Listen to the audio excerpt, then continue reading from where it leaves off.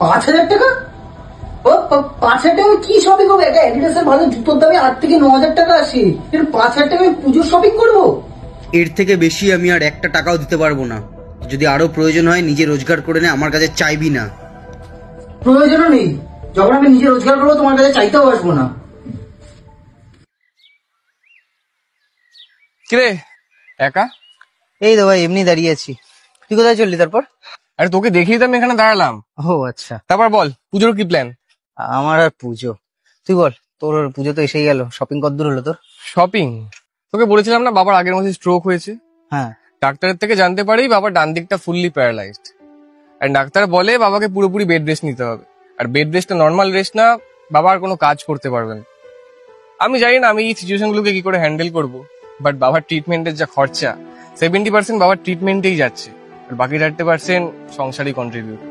নিজের হাতে কিছু থাকে না ভাই, আর সেখানে পুজোর কেনাকাটা। চাপ নিস না ভাই, পেশেন্স রাখ। আই উইশ যেন তোর সবকিছু ঠিক হয়ে যায়। ঠিক তো হবে, but one thing for sure, বাবা যতদিন সুস্থ ছিল মুখ ফুটে কিচ্ছু ভাই চাইতে হয়নি, সবকিছু সবার আগে হাজির হয়ে যেত। আর পুজোর কেনাকাটা জানতেই পারতাম না কখন জামা প্যান্ট ঘরে রেডি রয়েছে। আর আজ যখন বাবা অসুস্থ তখন বুঝতে পারছি বাবার দায়িত্বটা ঠিক কত।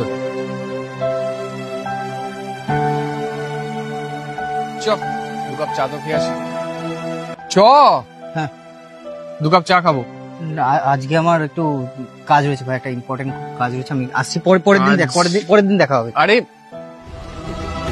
তুমি যখন দায়িত্ব নিতে পারবে না, তাহলে কেন জন্ম দিয়েছিলে তুমি? তুমি বাবা হয়েছো কি করতে?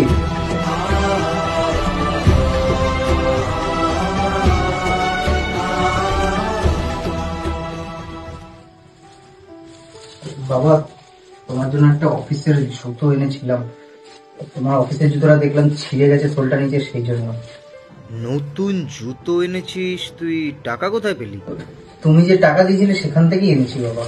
তুই তো বলছিলি ওই টাকাতে নাকি তোরই শপিং হবে না, তাহলে তুই আলাদা করে আমার জন্য জুতো কেনার টাকা কোথায় পেলি? না বাবা, অতটা টাকা আমার প্রয়োজন নেই। আমার ওতে নিজের জামা প্যান্ট হয়ে গেছে, প্লাস জুতো হয়ে গেছে একটা, তোমার জন্য ওইটা এনেছি। আর দেখো উল্টে 500 টাকা আরো বেঁচে রয়েছে। বাস্তবেই বাবা মায়ের গুরুত্বটা তাদের ধনী বা দরিদ্র হওয়ায় থাকে না, মাথার উপরে বাবা মা থাকাটাই সবচেয়ে বড় সৌভাগ্য।